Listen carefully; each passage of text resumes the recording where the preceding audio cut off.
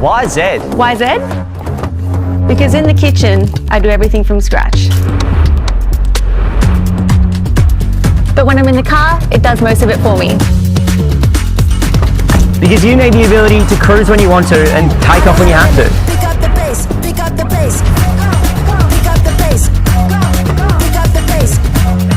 Pick up the bass.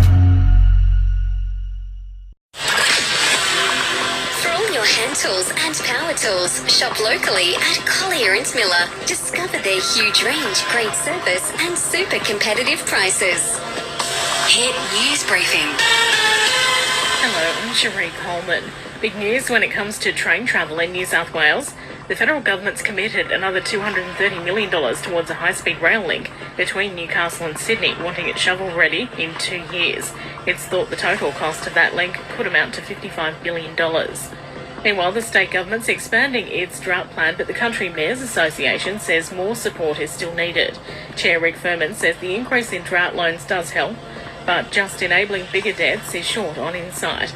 The group's calling for additional help when it comes to the cost of transporting water and fodder and feral animal control, especially rabbits.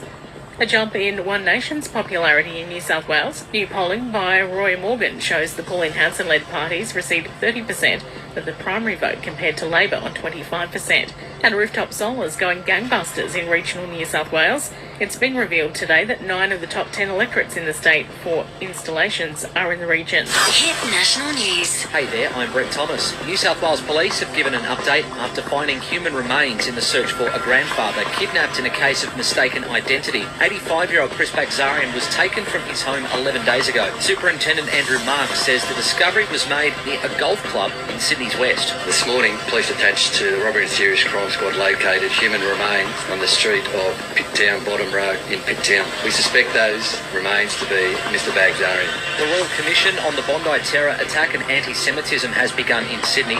Commissioner Virginia Bell says witnesses who might appear in the criminal trial of Naveed Akram will not be called and revealed how long she suspects this will last. I regard the delivery of my report on or before the first anniversary as a matter of critical importance. This imposes a tight time frame. And the federal government is looking into a $5 billion annual investment into a high-speed rail line between Sydney and Newcastle. Clean clothes, a warm shower, a conversation. Small moments that make a big difference to someone doing it tough. Volunteer or donate today at orangesky.org.au.